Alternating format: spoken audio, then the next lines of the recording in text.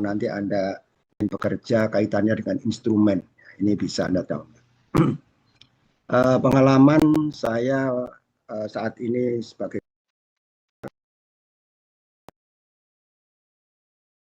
Fakultas Farmasi UNER. Jadi kita menerima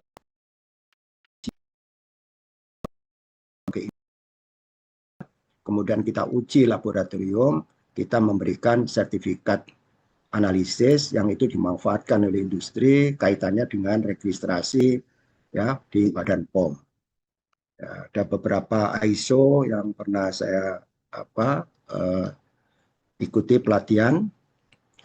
Dan ini saya juga terlibat di Badan POM sebagai tenaga ahli, ya, kaitannya dengan standar dan pengembangan pengujian obat dan makanan nasional di sana. Ada penyusun farmakope Indonesia juga, saya juga bekerja di industri farmasi sebagai konsultan, ya, auditor halal, apoteker, dan itu sudah lama ya. Saya tidak aktif lagi untuk halal. Saya juga reviewer di pengabdian nasional untuk Kemendikti Saintek yang dulu ya, sekarang berarti di Kementerian Pendidikan dan Kebudayaan. Ini beberapa pengalaman pada saat kita mengunjungi berbagai program dosen di berbagai kota di Indonesia. Ya, itu saya kira sepintas tentang CV saya. Kemudian hari ini kita membicarakan tentang HPLC. Ini tadi ya. Ya. Jadi Anda sudah banyak belajar tentang teknik atau metode analisis. Ada spot test, ada titrasi, itu termasuk konvensional.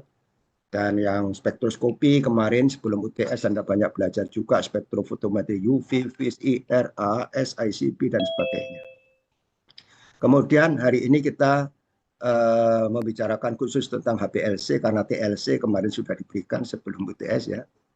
Nah, kemudian ini nanti HPLC ini ya, perlu Anda ketahui ini termasuk metode yang paling banyak dipakai di dunia saat ini. Apalagi ini nanti digabung dengan spektroskopi sebagai detektor yang sebelah kanan ini, ya sebelah kanan ini itu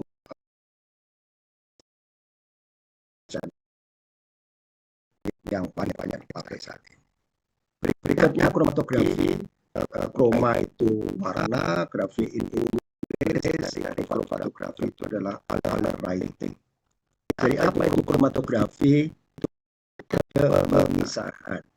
Apa itu metode pemisahan? Cocok atau campuran senyawa di dalam sampel. Jadi kalau Anda sampel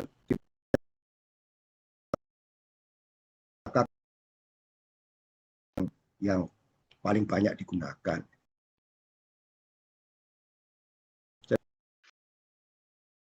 Yang mengandung paracetamol,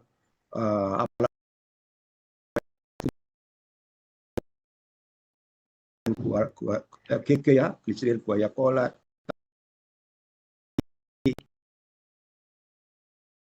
diperlukan metode yang bisa simultan, langsung bisa analisis. Berarti kromatografi, metode pemisahan.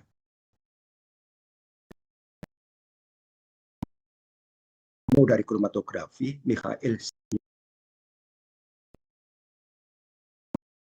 orang, tapi dia lahir sebetulnya di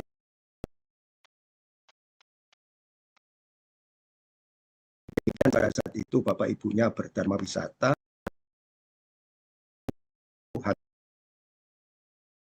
naik kereta api dari Rusia menuju Italia.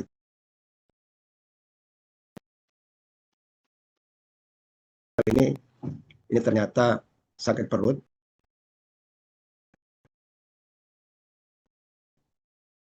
Dunia.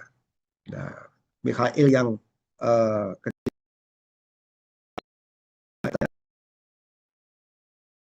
dua S3 di Swiss, tapi bapaknya kembali ke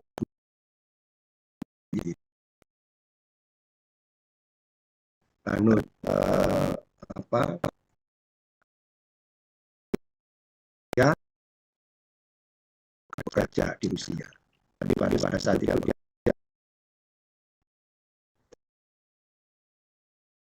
di sana karena bahasa pengantar pada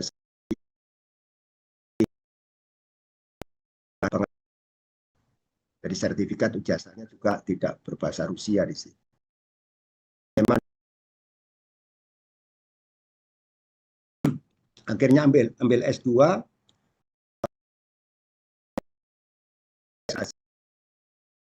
Kemudian dia ahli botani ya, dia mencoba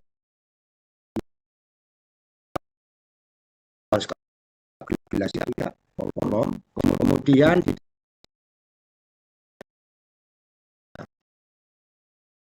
kemudian dimasukkan di dalamnya itu pigmen tumbuhan. Perlu dimasukkan di sini, sampel ini dimasuk dengan fase gerak di sini ether ini. Nih ya, atau jadi pemisahan, terjadi gambar kayak demikian.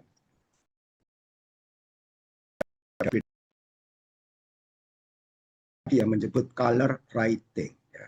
Jadi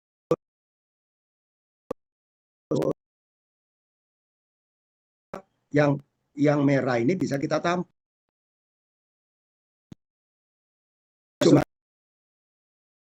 Kita tampung. Demikian juga biru kita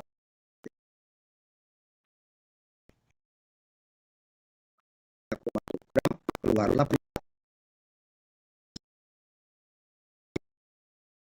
kita bisa tadi menjadi 3 dalam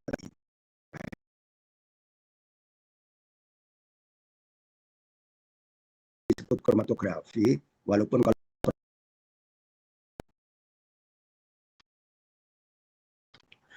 baik, jadi tabung gas di sini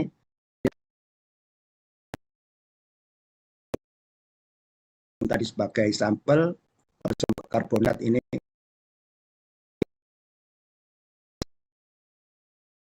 diamnya dan ether fase geraknya.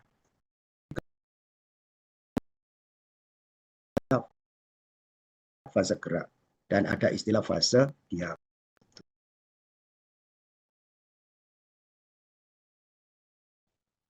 Halo?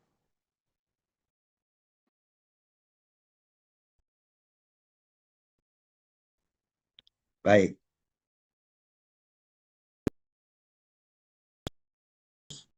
Coba kalau Anda praktikum dengan kromatografi gas bagi gerak, maka disebut kromatografi gas. Maka di yang seperti itu, maka gasnya mengalir, terus mengalir.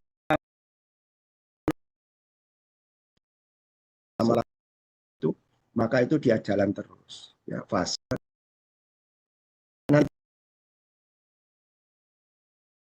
tipis ya. Ya, itu juga cair yang bergerak dia.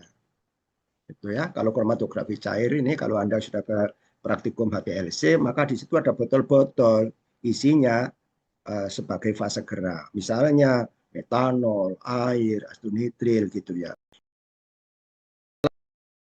Kemudian dipompa masuk ke kolom terus menerus.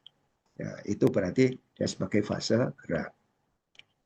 Berikutnya fase diamnya bagaimana? Dulu ya banyak juga kita waktu zaman saya itu saya masih kerja dengan kromatografi kertas. Jadi fase diamnya itu berupa kertas saring itu. Itu kita totolkan analit kita, biasanya logam-logam itu ya. Kemudian kita semprot dengan H2S, maka untuk warni di situ. Misalnya PP jadi PPS, misalnya begitu. Bisa juga berupa lempeng tipis, yaitu yang disebut sebagai thin layer kromatografi lapis tipis. Tapi bisa dalam bentuk kolom, yaitu pada HPLC atau GC itu kolom. Nanti disebutnya di sana. Kromatografi cair kinerja tinggi itu biasanya di laboratorium ya. Di laboratorium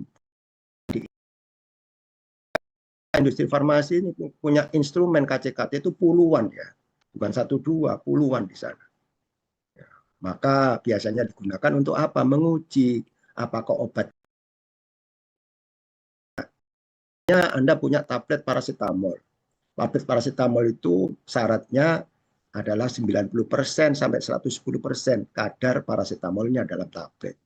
Kalau di luar rentang kadar itu tidak memenuhi syarat, tidak boleh diedarkan itu. Jadi kita uji, kita sampling, tabletnya kita ambil, kita sampling ya. Kemudian dari tablet-tablet itu kita analisis, kita preparasi dan seterusnya ya. Maka keluarlah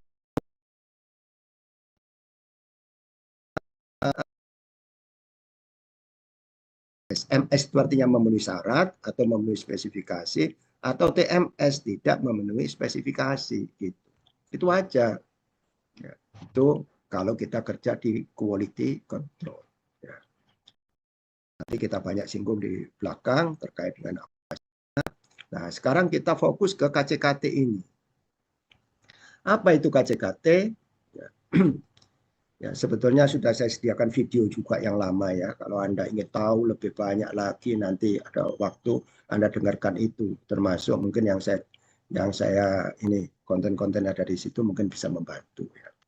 KCKT, nah ini HPLC. C-nya itu kromatografi, tadi metode pemisahan. L-nya itu adalah fase gerak. Ya, ini berupa cairan. HP itu high pressure dan juga high performance, tekanannya tinggi, kinerjanya tinggi gitu. Tapi teman-teman yang di industri banyak mengeluh bahwa HPLC ini memang bagus ya, modern, tapi juga tidak mudah dalam pelaksanaannya. Banyak hal-hal yang ada di situ ya, itu sehingga menimbulkan kesulitan sehingga perlu dioptimasi. Mereka menyebut harus sabar, Pak. Nah, makanya disebut mereka menyebut high patient liquid kromatografi. Ya, kromatografi cair penuh dengan kesabaran. Tapi bisa juga mahasiswa itu suka dengan HPLC. Karena nanti kalau di interview di perusahaan, ditanya skripsi dulu pakai apa?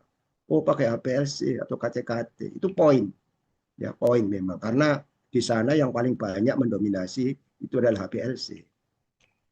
Ya itu ya, di samping itu mahasiswa kepingin katanya prestige katanya kalau ya, pakai HPLC, high prestige liquid chromatography. Tapi pelarut-pelarutnya mahal. Kalau sampelnya kita filter ya sekali pakai sebetulnya. Maka dijuluki juga HPLC itu dipelesetkan dengan high price liquid chromatography. Baik,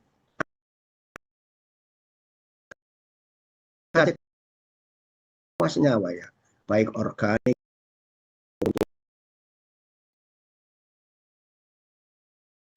Berikutnya, baik bahan aktif, bahan tambahan, cemaran, degradan, apa saja bisa.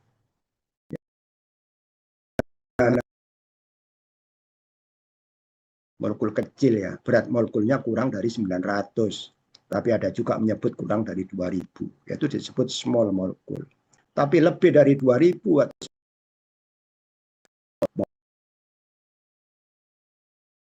ionik, sweeter ion, itu bisa pakai KCK.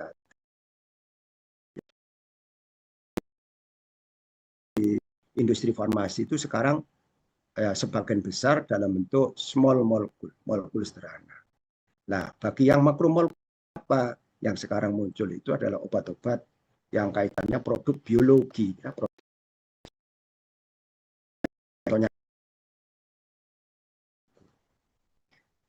ya. Ternyata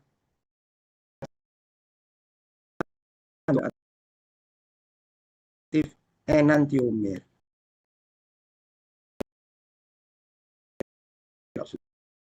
itu adalah senyawa-senyawa seperti dua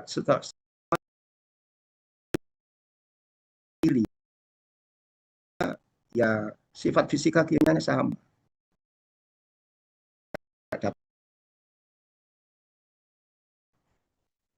KCKT sebetulnya pemisah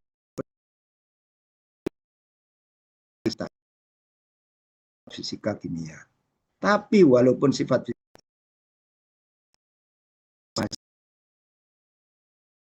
bisa menganalisisnya pakai secara kualitatif, kenapa menggunakan kolom yang khusus?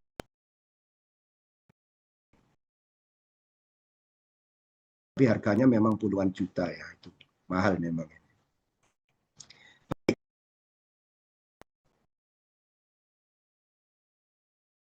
Mekanisme pemisahan dari KCKT. Ada kromatografi adsorpsi. Ya. Nanti ada juga ya, termasuk juga kromatografi pertukaran ion.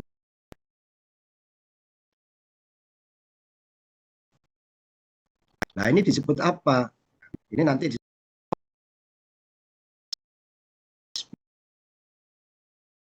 yang ini, yang adsorpsi. Yang merah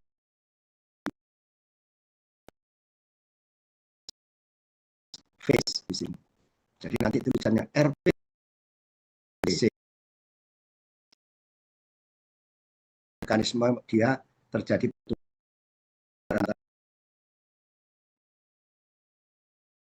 sediamnya. Kemudian ini size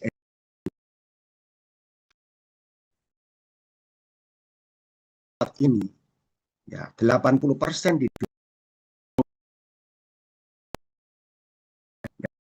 Oke. Jadi yang lain-lain ada ya, tapi tidak ya, ya termasuk yang ada di Farmakope Indonesia. Jadi ada 4 ini, tolong diingat. Jadi apa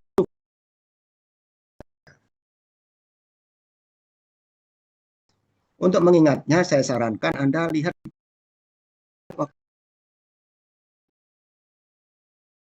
perlu Anda ingat bahwa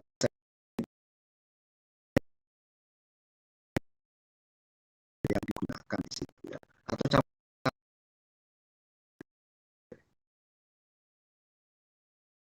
perlu diingat air, metanol, asetonitrit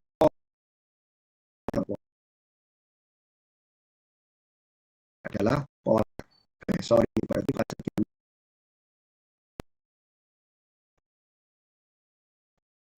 jadi contohnya RB18, RB8 dan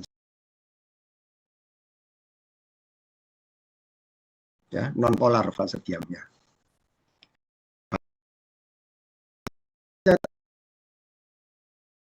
Kebalikannya ya, fase geraknya non polar,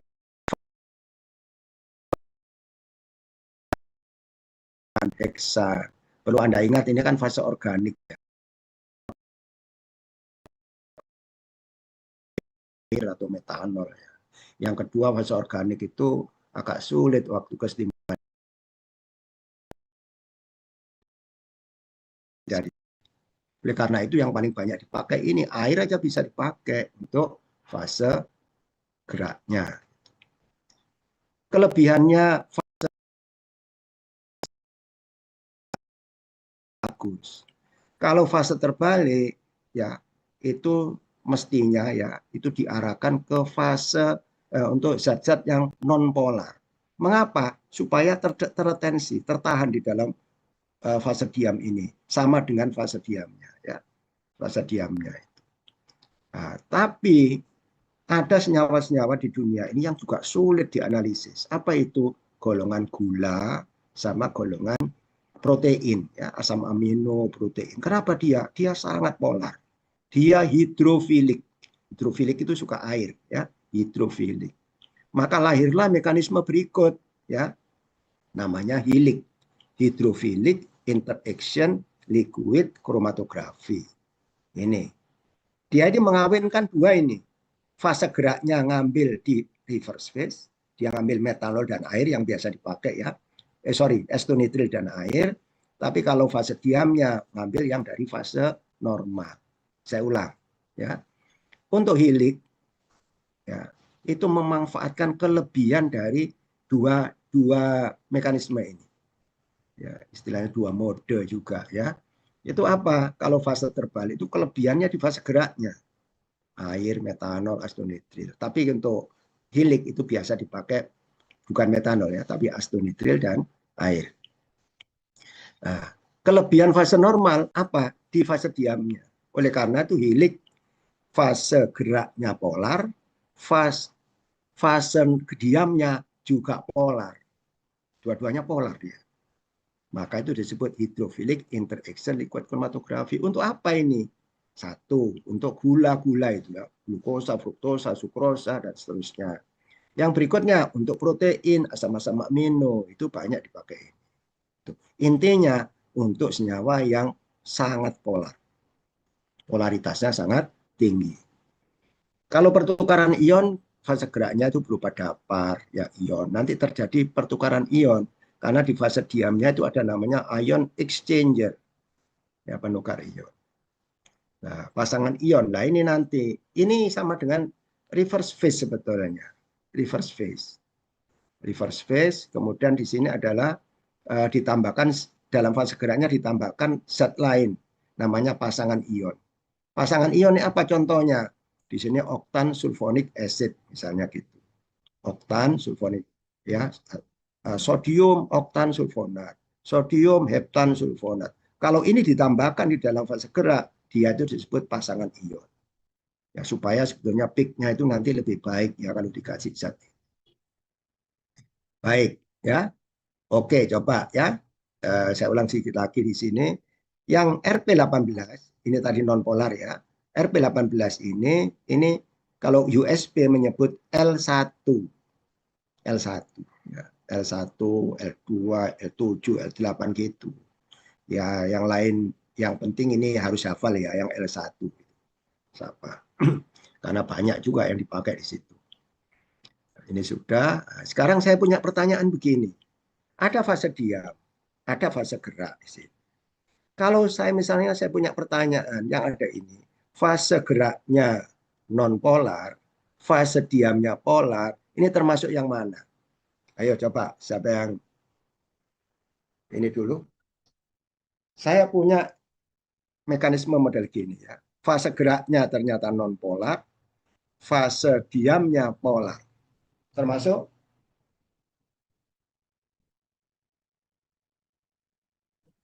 Normal phase. normal phase ya. Ya oke. Kalau yang ini fase geraknya polar, fase diamnya non polar.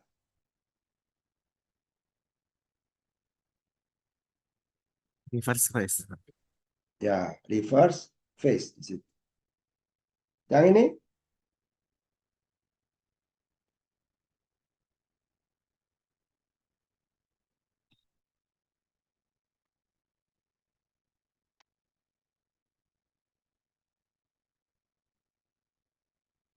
ada yang tahu? Ion pairing, Prof. Ion pairing ya. Betul. Yang ini ion-ion Ion exchange. exchange. Ya, yang ini Hilik, Prof. milik gitu ya. Tuh, nanti di ini sambil dihafalkan ya. Tapi di antara semua itu untuk S1 untuk Anda harus tahu yang namanya reverse phase. Ya, itu harus. Ya, itu yang penting. Nah, sekarang saya punya pertanyaan gini. Apa jawabannya? Ini saya kutip dari USB ya. Saya kutip dari USB. Metodenya.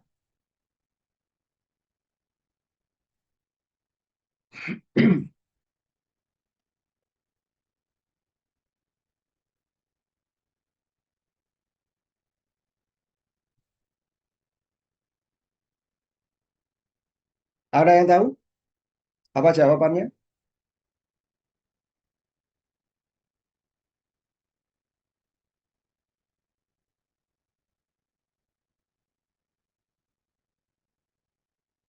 Ini yang offline, yang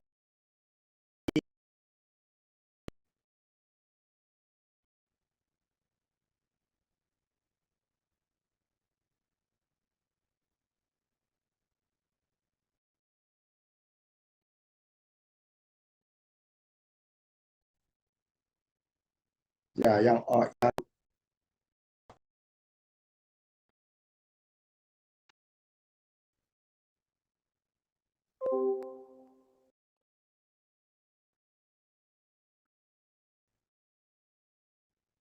jadi pada penentuan kadar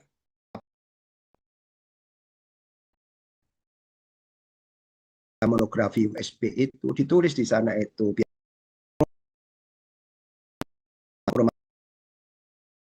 modenya LC, ya, liquid chromatografi, maksud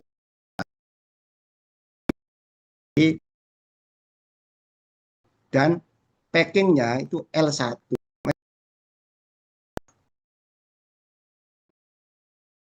L1 itu adalah RP18.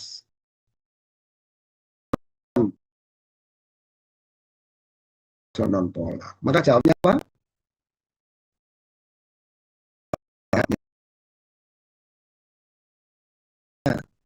Jadi nanti Anda kalau ini satu itu RP18 itu aja. Gitu. Ada pertanyaan sampai di sini?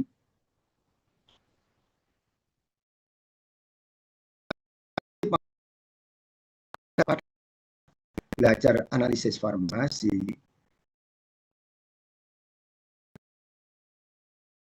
itu tadi Anda harus tahu namanya instrumentasinya.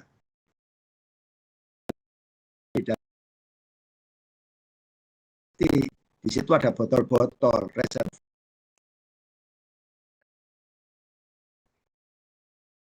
Botol-botol itu macam-macam ya. Yang lama dulu botolnya cuma satu, tapi berkembang menjadi dua. Sekarang banyak yang dua.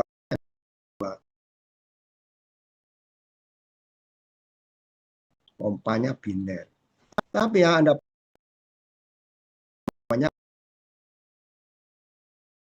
simpan, Anda bisa isi satunya astronitri, satunya air.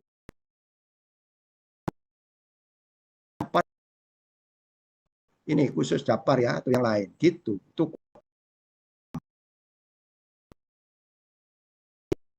ini. Jadi nanti di dalam HPLC itu ada botol-botol begini.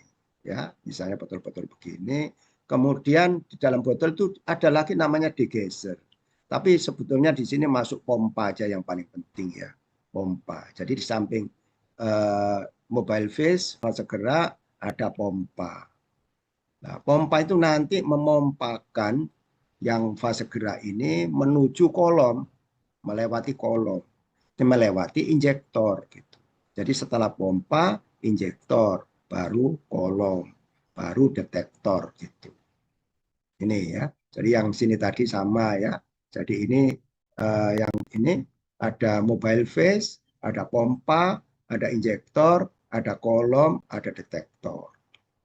Namanya pompa tadi memompa fase gerak ini menuju kolom ini melewati injektor. Injektor apa? Tempat menyuntikkan sampel. Kolom apa? Tempat terjadinya pemisahan.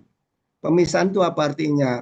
Zat yang kita suntikkan, misalnya zat A mengandung zat A sama zat B, dia sampai pada ujung kolom ini atau pada detektor dalam waktu yang berbeda. Itu namanya terjadi pemisahan. Jadi waktunya berbeda-beda, nanti waktu retensinya juga beda-beda gitu. Baik, itu instrumentasi dari KCKT. Ini contoh gambar KCKT yang kita punya yang dulu ya ini. Tapi ini masih ada ya.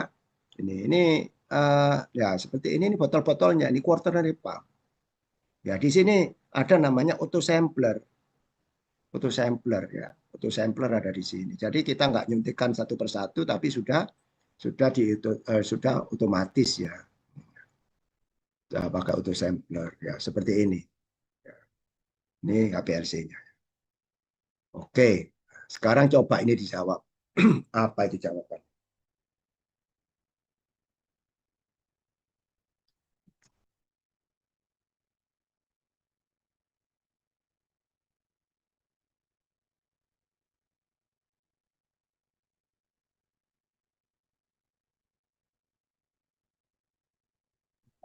Yang B, Bapak Prof. Apa itu?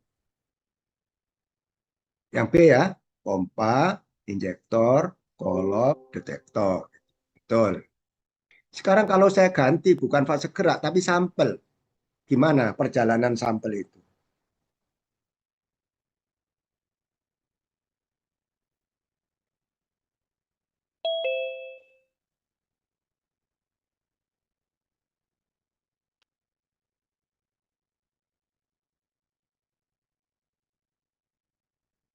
Dari injektor, kolom, dan detektor.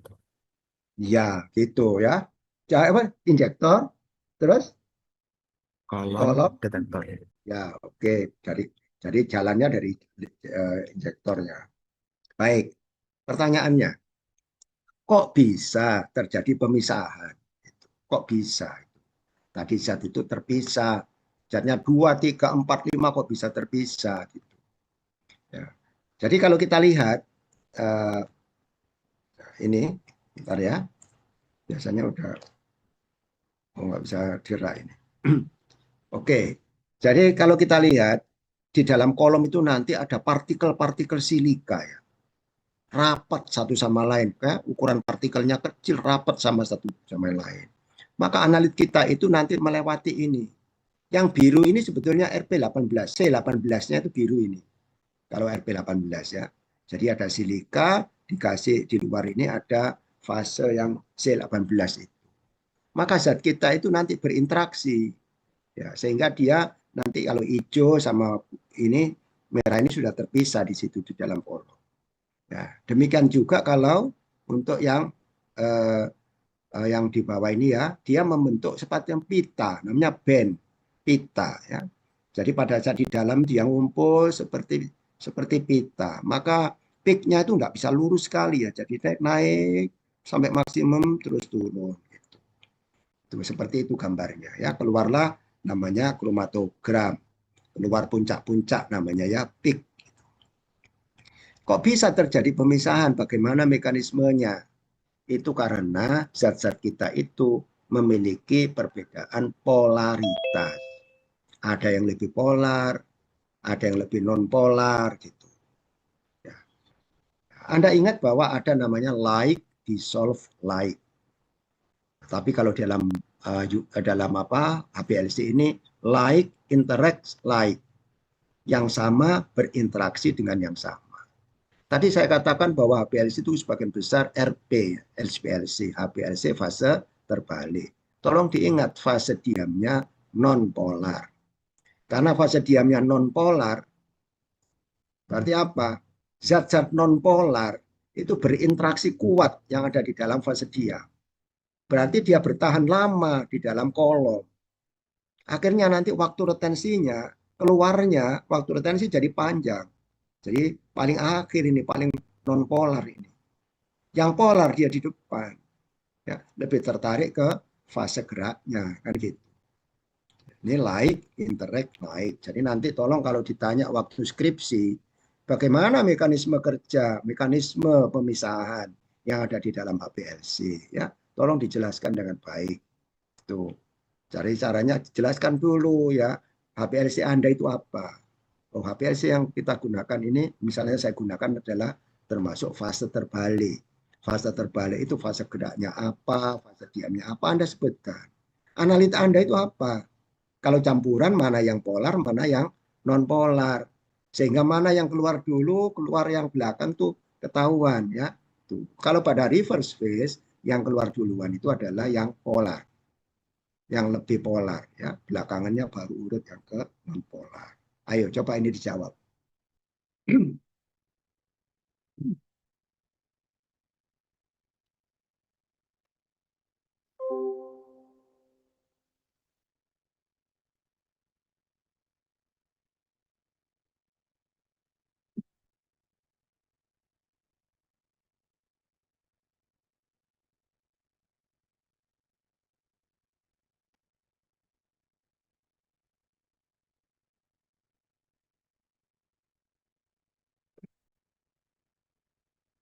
Sudah apa jawabnya? Halo?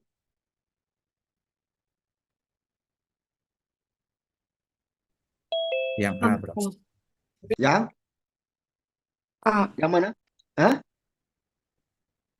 Halo, apa Mbak? Mas? Yang A, Yang Prof. apa? Yang A ya? Ya, betul ya. Yang A, metformin HCl, mopolar, dan glimepiride ini.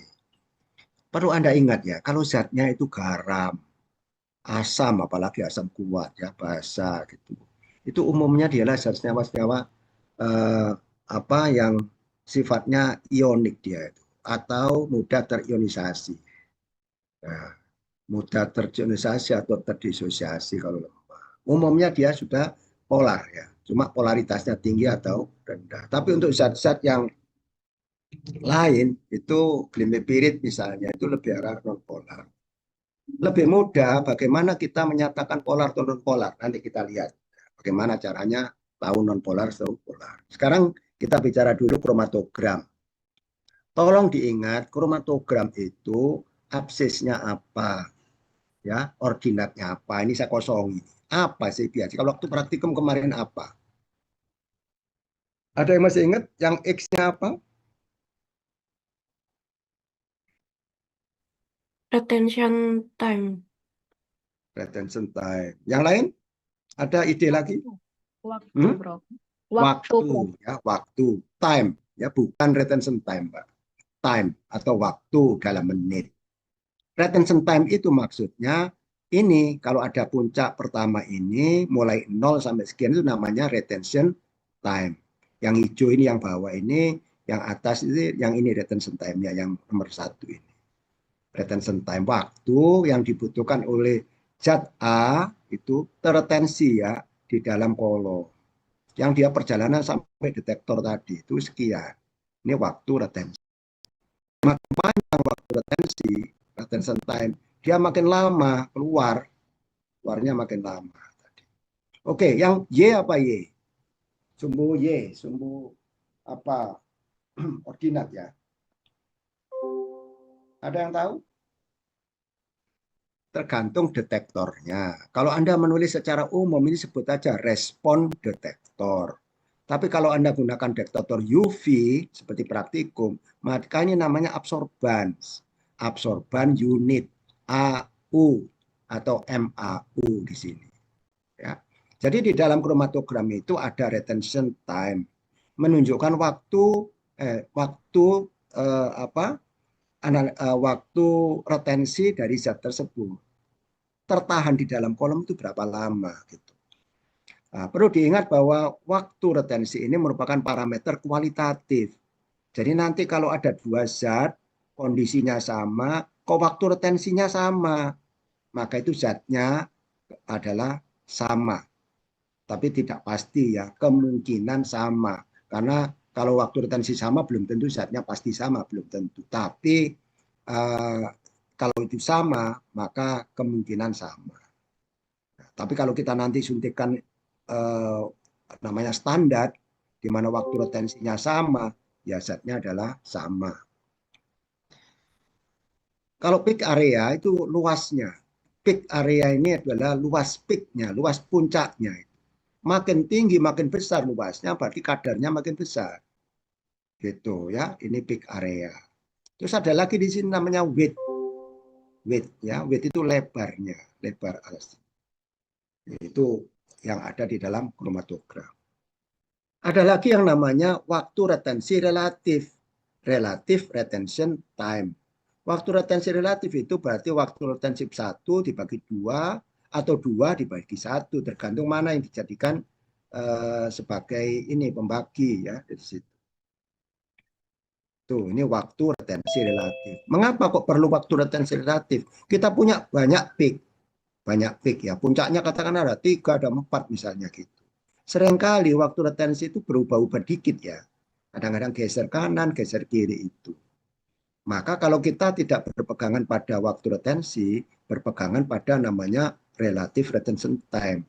Kalau waktu retensinya berubah, tapi sebetulnya ini perbandingan ya, namanya waktu retensi relatif itu sama antara zat A dan B.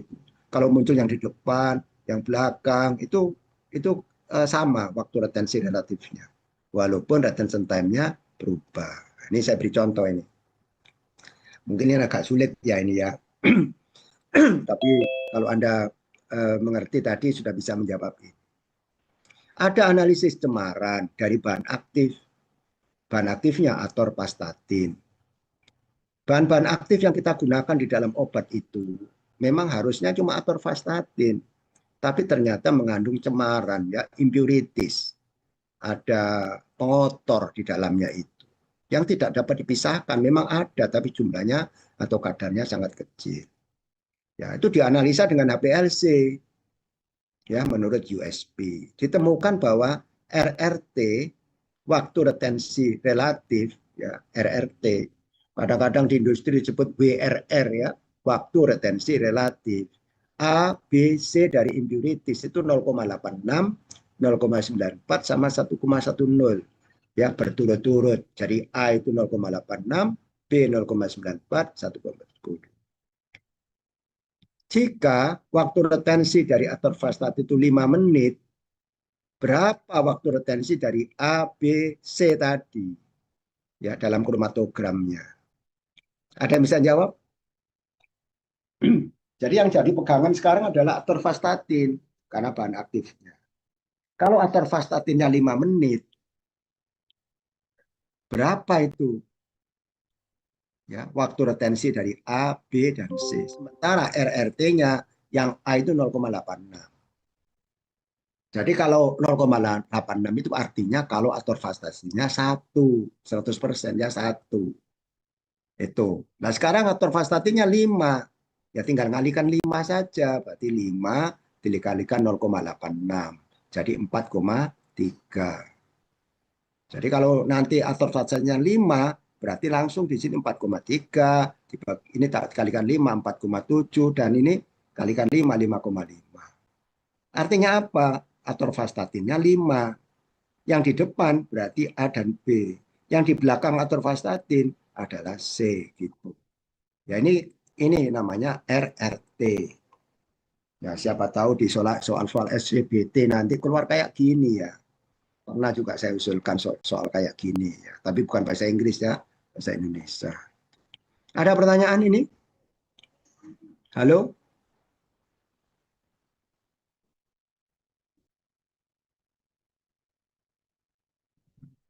Saya ulang. Bagaimana kalau waktu retensi atorvastatinnya 10? Mana yang benar? Yang B, Bapak. Yang B gitu ya. Sama saja kalau dibalik. Saya punya atorvastatin itu adalah 10. Waktu retensi impurities A itu adalah katakanlah 5. Berapa waktu retensi relatif? Ya 5 bagi 10. Itu saja. 0,5. Ya nanti dilihat lagi ya. Oke. Kemudian di dalam kromatogram itu ada zat yang tidak terretensi. Apa zat yang tidak terretensi? Itu biasanya pelarut, fase gerak. Ya. Maka disebut TM, T-mobile phase, itu di sini. Ini. Maka kalau kita hitung nanti itu mestinya TR dikurangi TM, namanya waktu retensi itu, dikoreksi harusnya.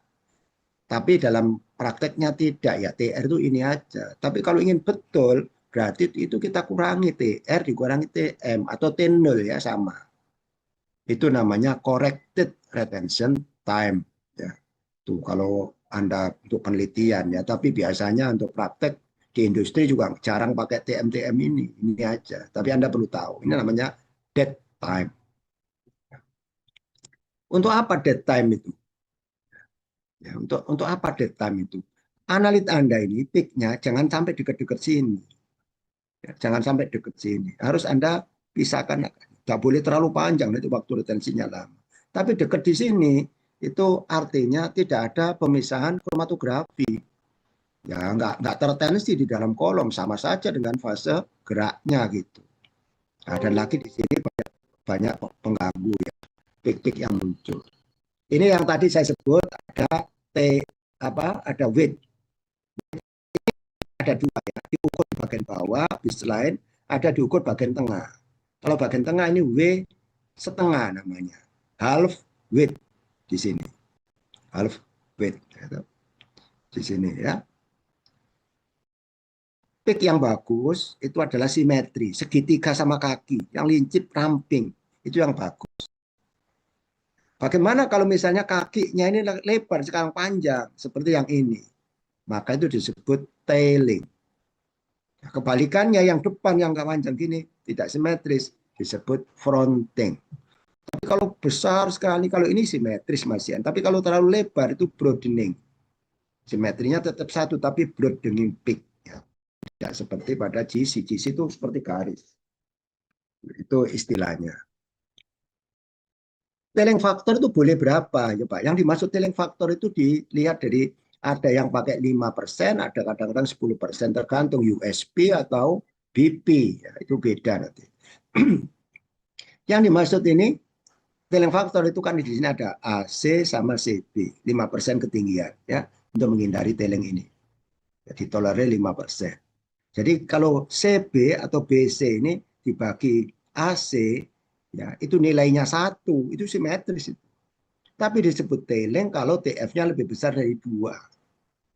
Ya, yang TF yang bawah, yang fronting 0,5, lebih kecil 0,5. Cuma di USB sekarang lebih ketat lagi, bukan 2,0 tapi 1,8 sekarang. 1,8 sama 0,8. Itu tailing factor. Ini tadi ya. Jadi kalau TR dikurangi TM tadi itu kalau terlalu besar, itu terlalu lambat. Analisanya terlalu lambat. Nah, kalau terlalu pendek, nah itu juga terlalu cepat dan itu cukup yang tidak bagus tadi yang saya bilang. Saya beri contoh ini di USB ya. Ada istilah faktor dipersyaratkan not more than NMT 1,4. Kalau capacity factor misalnya nanti ada ya retention factor, oke, capacity factor atau retention factor ini dipersyaratkan not more than 2,5. Itu persyaratan di situ. Maka nanti kalau kita suntikkan zat kita itu memenuhi persyaratan ini. Ini saya lewati yang ini yang penting ya. Resolusi, saya kira Anda sudah beberapa kali di praktikum diminta menghitung resolusi. Resolusi ya, 2 kali TRB dikurangi TRA per W dibagi WA ditambah WB. Tapi kalau nanti Anda kerja di komputernya HPLC, itu sebetulnya bukan umumnya ya, dia bukan W, tapi W setengah. Jadi perlu Anda cek itu. Jadi caranya gimana nanti kalau Anda kerja di industri atau apa? Anda cek. Dihitung manual sama dihitung di mana di sistem itu sama enggak? Seringkali tidak sama ya, walaupun Anda pakai W setengah. Karena rumusnya agak beda kalau untuk elektronik ya. Seperti di HPLC-nya sistem itu pakai 1,18 ya. Kalau kita pakai ini biasanya persis. Tapi yang dimasukkan W setengah. Itu resolusi. Jadi tolong ini dihafalkan resolusi ini. Ya, 2 kali TRB min TRA per WA plus WB. Ini pernah muncul ya di soal SOSC. Saya 2 tahun lalu kalau nggak salah ini saya jaga soal ujian OSC itu dikasih data kromatogram kayak nomor terakhir ini kayak gini datanya. Ya di samping pertanyaan yang lain ya ini ada satu pertanyaan tapi beruntun di situ.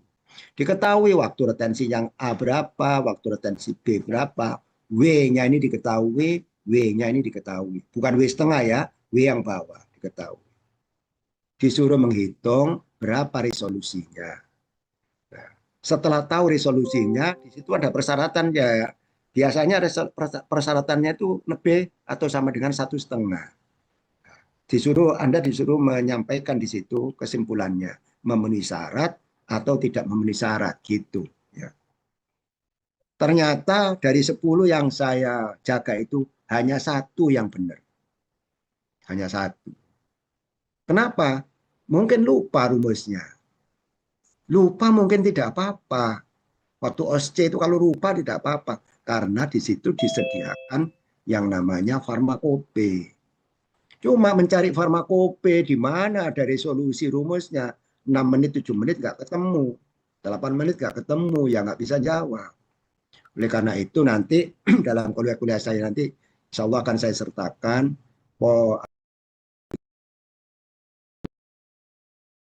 Indonesia, nanti ada Anda cari sendiri juga ya, karena kan mudah ya. Itu bab atau chapter 931 ya.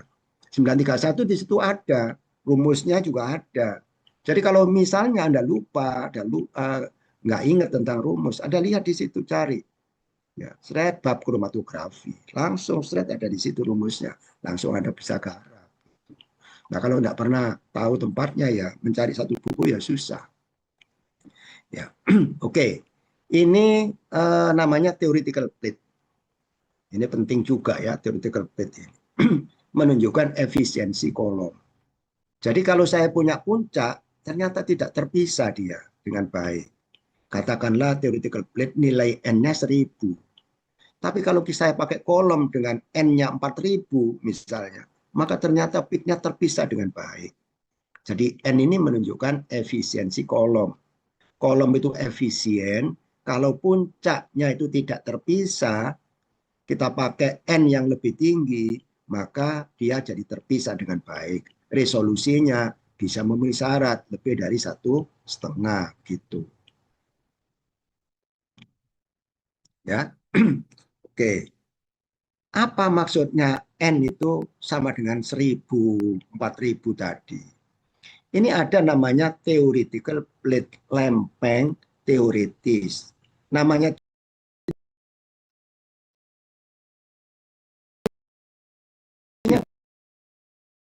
ada nilai K sama dengan CS per cm. Saya beri contoh konkret pada saat Anda memisahkan pada contoh bisa pada contoh kimia organik ada diajari itu ya. Ada contoh bisa dikasih dua pelarut yang tidak saling campur. Anda masukkan zat Anda di dalamnya, Anda kocok di sisi flat. Maka zat-zatnya itu terbagi, terdistribusi. Yang atas lakukan pelarut atas yang bawah. Kalau nanti Anda buka corong pisah turun ke bawah, itu nilai-nilai N-nya satu, dihitung satu. Kalau tambahin lagi fasenya tadi, fase salah satu fase itu misalnya di situ ada kloroform sama air, tambahkan yang ada kloroform misalnya, Anda lagi, Anda keluarkan yang kloroform, itu N-nya 2. Jadi kalau HPLC di mana kolomnya yaitu N-nya sama dengan 1000, itu ibarat seperti seperti ekstraksi atau pemisahan dalam cara tadi 1000 kali.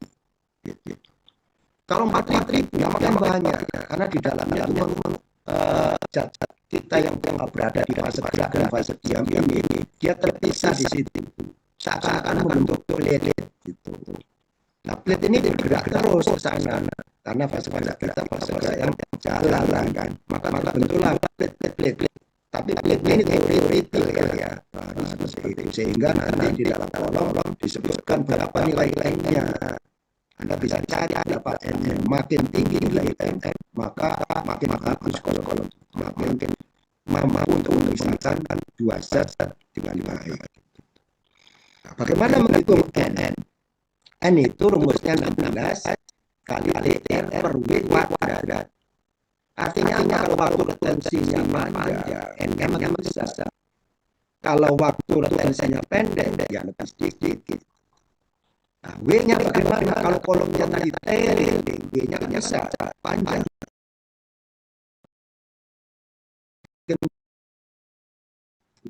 Makin rendah, ya kan? Jumlahnya makin sedikit. Nah, contohnya pada USB kayak efisiensi, not less than 4000 theoretical plate. Jadi, harus hati-hati Anda pakai kolom itu. Gimana caranya? Kolom itu tergantung pada panjang.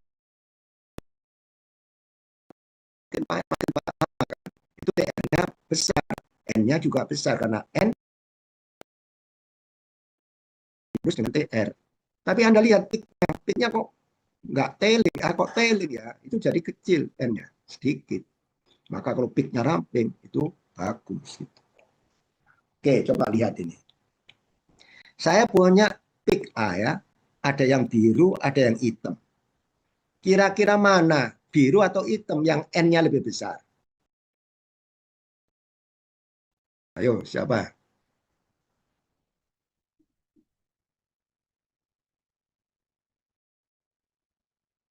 Halo?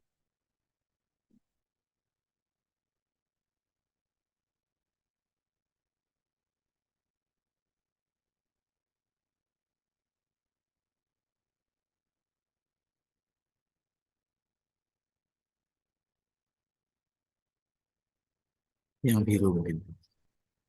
Yang biru. Ya, kenapa Mas? Sebetulnya antara hitam dan biru itu kan faktor tensinya kan sama. Tergantung bentuk puncaknya ya.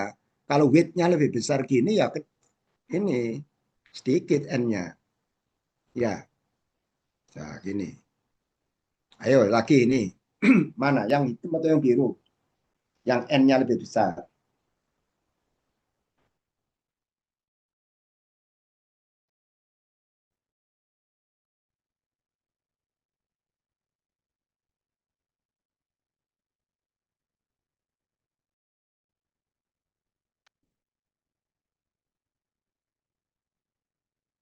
Yang biru, Prof. Biru. Biru ya, karena waktu retensinya lebih panjang. Peak-nya sih width-nya kan sama. Oke.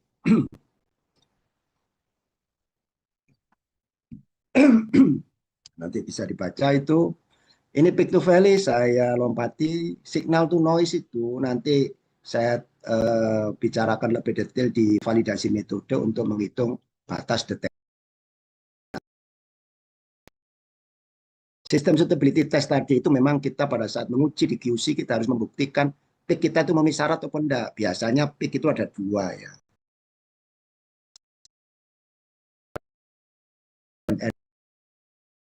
Biasanya disuruh menyuntikkan 5 kali, RSD-nya kurang dari 2%.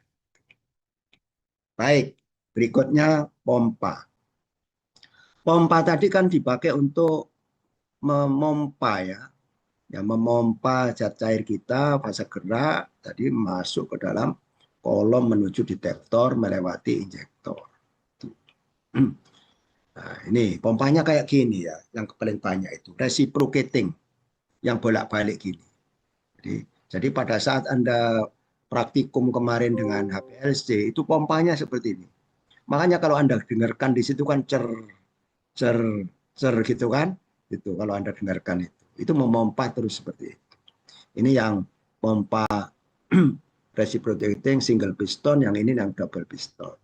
Tergantung nanti ini high performance, high pressure, atau ultra high pressure di situ. Baik, ini yang berikutnya ya, saya lompati HPLC. Mengapa HPLC itu tadi disebut tekanan tinggi? Mengapa kok disebut tekanan tinggi? High pressure. Jadi high pressure itu seberapa? Saya mau tanya, Anda waktu mompa mobil, itu satuannya apa? Waktu mompa ban mobil itu, ban sepeda motor, itu satuannya apa? Satuan tekanan bannya itu apa? Ada yang tahu? Nggak pernah ya. Mompa ban tapi nggak pernah tahu satuannya apa. Pokoknya dipompa gitu. Gimana? Satuan tekanan kan banyak ya. Ada atmosfer, ada bar, pascal, ada apa lagi? PSI. Tahu PSI ya? Pound per square inch. Ya, itu PSI. Pound per square inch. Berapa tekanannya? Ada yang tahu?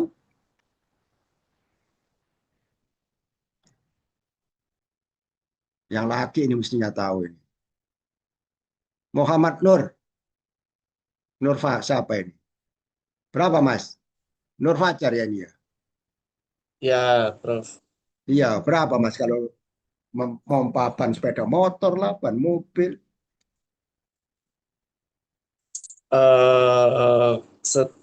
eh kurang tahu, Prof. Kayak ini MPA kayaknya sih, Prof. Oh gitu ya, tapi berapa? Yang lain?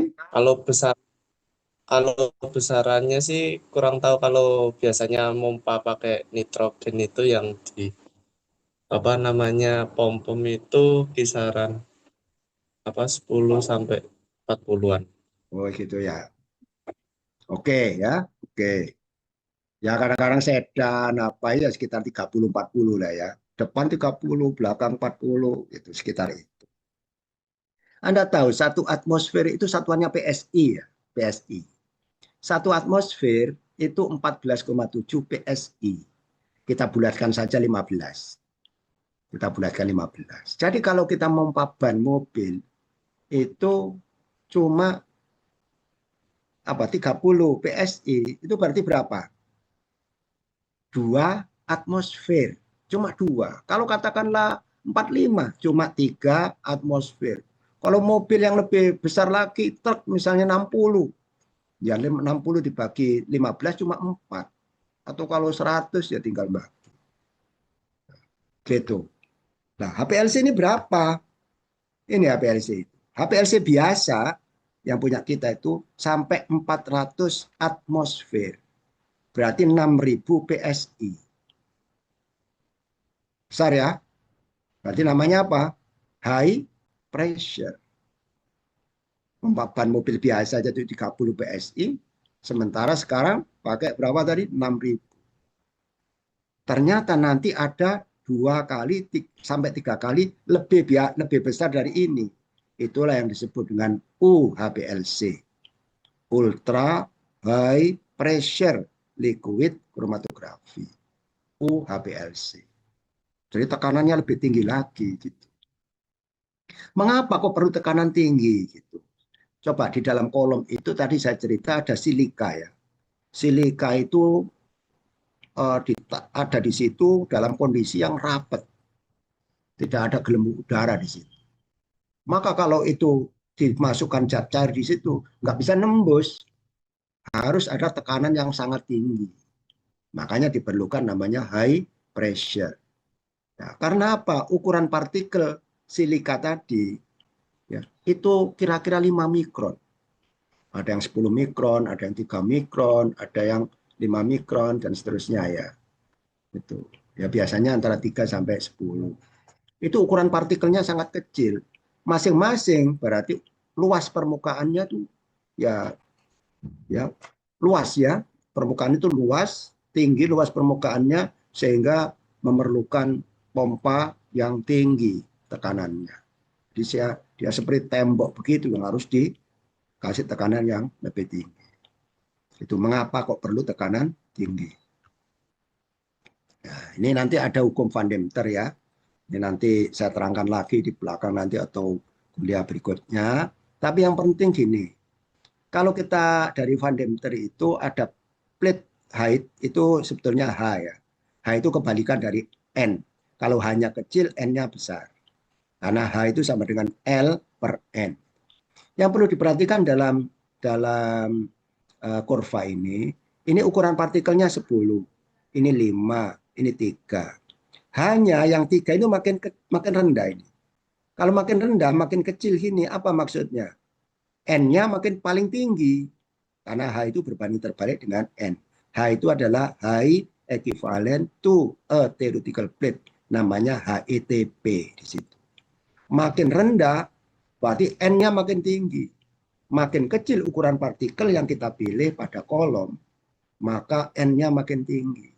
Jadi tadi yang 1000, ada 2000, ada 4000, tergantung juga pada ukuran partikelnya. Makin kecil ukuran partikel, nilai N-nya makin tinggi. Masih ingat ya, theoretical plate tadi untuk efisiensi pemisahan dari kolom itu. Ini hukum Van Deventer. Jadi sama. Jadi kalau ukuran partikelnya itu makin kecil, maka dibutuhkan pressure yang makin tinggi. Tapi plate number-nya, nilai N-nya makin besar. Itu. Ini arti dari hukum Van Deventer tadi. Terus apa itu retention time? Perhatikan kalau kita menggunakan yang kurang dari 2, maka waktu retensinya itu akan menurun. Apa artinya? Kalau nanti kita gunakan UHPLC, atau UHPLC atau nama dagangnya namanya UPLC, maka waktunya makin singkat.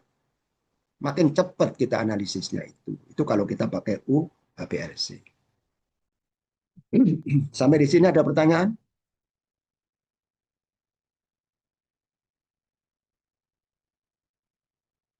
Ada pertanyaan?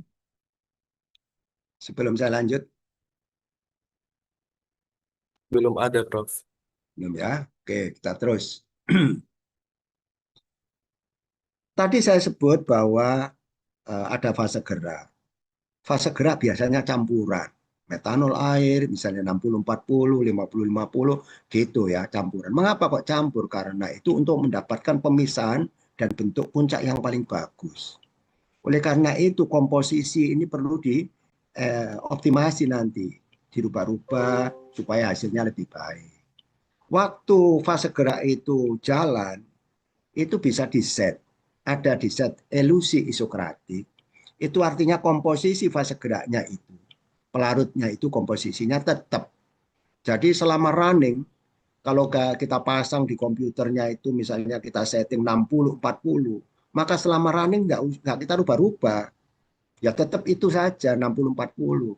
Itu namanya isokratik. Ya. Tapi ada satu lagi namanya gradien. Nah, gradien ini ya. Gradien. Gradien itu apa? Berarti 60-40. Selama running itu dirubah komposisinya. Mungkin dipertahankan dulu 2 menit. Setelah 2 menit dirubah lagi menjadi katakanlah 40-60. Dirubah lagi pada menit keberapa? 20-80. Misalnya begitu. Itu namanya gradien. Jadi ini seperti ini ya. Dari lurus begini. Ini elusi gradien. Kalau elusi gradien berarti kapan kita gunakan elusi gradien, kapan kita gunakan isokratik. Saran saya kalau Anda skripsi nanti pakai dulu isokratik. Nggak usah dirubah-rubah dulu. Tapi begitu Anda pakai misalnya metanol air 60-40 kok puncaknya nggak bisa terpisah. Peaknya kok nempet ya. Ya, maka nanti Anda rubah lagi. Misalnya dari 60-40 Anda rubah 50-50. Anda rubah 40-60 begitu. Itu nanti bisa pemisah, harus dioptimasi. Bagaimana cara merubahnya itu supaya menghasilkan yang bagus? Nanti kuliah saya yang berikutnya ya. Yang berikut-berikutnya itu ada kuliah saya bagaimana caranya kita merubah itu. Tetapi kalau Anda punya analitnya itu cukup banyak ya. Ada 4, ada 5, ada 6 yang Anda pisahkan. Atau walaupun cuma 2 dempet terus tidak bisa dipisahkan. Maka alternatif lain itu adalah elusi gradien. Nah, cuma elusi gradien itu gini. Sama elusi isokratik. Yang atas ini Anda pakai isokratik ya. Kelemahannya isokratik kan kalau analitnya kan banyak. Isokratik agak sulit. Ya. Di samping itu kalau toh bisa isokratik, maka puncak yang depan ini bagus. Pemisahannya bagus, bentuknya bagus, simetri. Tapi lama-lama setelah setengah jam, 1 jam, jadi kayak gini. Ya, kayak gini. Ya, artinya dia puncaknya itu bisa jadi tailing ya di situ. Bagaimana kalau gradien? Baik di depan maupun di belakang, dia tetap bagus. Itu kelebihan dari gradien. Ya, cocok memang untuk zat-zat yang jumlahnya cukup banyak. Cuma kalau Anda pakai gradien, itu tidak mudah ya. Berikutnya juga butuh waktu agak lama juga men-setting karena dia naik, dinaikkan terus turun kembali nanti. Nah ini kelemahannya dia memerlukan instrumen lebih rumit. Jadi dalam instrumen kita harus punya sistem gradien ya fasilitasnya. Repotnya itu nanti kalau pakai gradien, Anda pindah HPLC. Kalau di industri HPLC kan bisa 60 ya. Kan pindah-pindah HPLC kan selama ini mungkin dipakai orang lain kan gitu gantian. Maka yang kosong yang mana. Begitu Anda pindah HPLC yang lain, hasilnya beda. Mengapa kok beda? Karena sistem pompanya beda. Ya, sistem pompanya berbeda di situ. Ada yang konsisten memompa secara reproducible ya dari satu yang lain itu tidak beda jauh tetap ya. Tapi kadang-kadang pompa ini nggak stabil ya. Maka jadi peak-nya itu bisa maju mundur, malah bisa mundur dan seterusnya. Itu ilusi gradien. Itu sulitnya di situ. Ini pompa tadi ada HPLC biasa, ada UFLC, ada UHPLC tadi yang saya sebutnya. Kalau UFLC ini ultra fast liquid chromatography, ini ada memang HPLC yang bukan 400 atmosfer, yang biasa kan 400. Ini 660 atau 600-an lah di sini. Ya, PS 600 atmosfer tadi. Maka itu disebut UFLC. Nah, ini nanti bedanya UHPLC dengan ini. Kalau nanti pertanyaan saya apa beda antara HPLC dengan UHPLC? Perhatikan gambar saya yang sebelah kanan. Kolomnya, internal diameternya itu lebih kecil ya, internal diameternya. Jadi kalau di sini 4,0, 4,6, pada UHPLC itu adalah 2,1 umumnya. Panjangnya, kalau di sini bisa 15 cm, pada biasanya 25 cm. Ini cuma mungkin 5 cm, mungkin 3 cm, mungkin 8 cm gitu. Ya, pendek. Dan perlu diingat bahwa di sini ukuran partikelnya itu kurang dari 2. Ini yang di sini ya. Ukuran partikelnya itu kurang dari 2 mikron. Yang ini. Di bawah 2 mikron. Sub 2 mikron. Gitu. Ini. Jadi tadi kan ada 10, ada 5, ada 3 kan gitu. Ini malah lebih rendah lagi. Coba perhatikan yang ini. Yang kiri pakai HPLC konvensional. HPLC seperti kita itu. Yang ini pakai UHPLC atau UPLC. Sekali lagi UPLC nama merek, nama dagang, ya keluaran dari Waters namanya. Ternyata di sini 30 menit, di sini 4 menit, selesai. Hasilnya hampir sama ini. Ya, pemisahannya juga sama-sama bagus. Jadi dengan menggunakan UPLC bisa ngirit solventnya, ya, ngirit sampelnya, ngirit waktunya kan, waktunya jadi pendek kan. Itu kelebihannya di situ. Untuk injeksi sampel Anda sudah dijelaskan waktu praktikum ya, caranya gimana. Ini saya tidak mengulang lagi. Sistemnya seperti itu ya pada injeksi sampel HPLC. Biasanya di dalam ada loop yang volumenya tertentu. Biasanya itu 20 mikroliter. Cara menyuntikkan atau volume penyuntikannya itu dilebihkan dari loopnya tadi. Dari volume misalnya 20 mikroliter, Anda menyuntikkan bisa 4-5 kalinya, itu lebih baik. Jadi kalau 20 Anda menyuntikkan 60 lah, 70, 80, 100 itu bagus ya, harus dilebihkan. Ya, ada yang bilang 4-5 kali itu lebih bagus. Nah, mengapa kalau tidak 20 mikroliter aja? Kalau ini kan injektor itu kan dialiri oleh fase gerak terus ya. Pasti itu. Ya pada saat Anda meload ya injek, ya ini kan knob ini kan Anda tarik, terus nanti kan ditarik lagi ke bawah gitu untuk injek, maka itu kemungkinan ada sampel kita yang tidak masuk ke kolom, tapi terbuang. Karena begitu Anda injek, itu ada volume yang turun, ada yang volumenya yang dibuang. Oleh karena itu dinaikkan lebih dari loopnya ya. Kalau biasanya 20 berarti Anda nyuntikkan ya 60 atau 80 silakan. Ini loadnya. Nah, ini caranya di dalamnya seperti ini. Nah, berikutnya auto sampler tadi. Kalau auto sampler sih itu kita setting di ini ya, di mana di sistem kita mau injek berapa. Tidak harus 20, 10 bisa, 5 bisa mikroliter ya. 1 mikroliter bisa tergantung kemampuan auto sampler. Baik, berikutnya terkait kolom. Ada pertanyaan sampai di sini? Ada pertanyaan?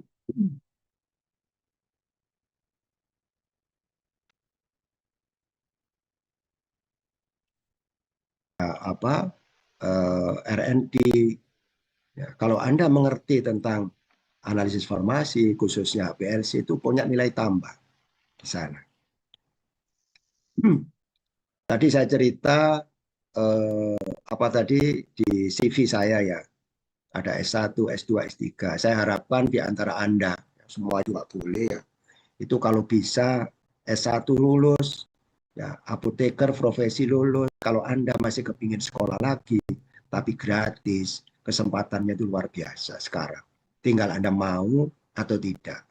Kalau mau Anda sekolah dalam negeri gratis atau di luar negeri gratis, sekarang kesempatannya banyak. Ya, sudah puluhan dari UNER ya, saya kasih rekomendasi pada saat mendaftar beasiswa itu. Dan banyak yang lulus dan sekarang pun masih ada beberapa di luar negeri. Jadi kalau nanti Anda sudah lulus S1 apoteker, kalau Anda apply pada beasiswa tertentu, Anda minta rekomendasi, saya siap kasih. Saya siap kasih. Dan itu sering ya.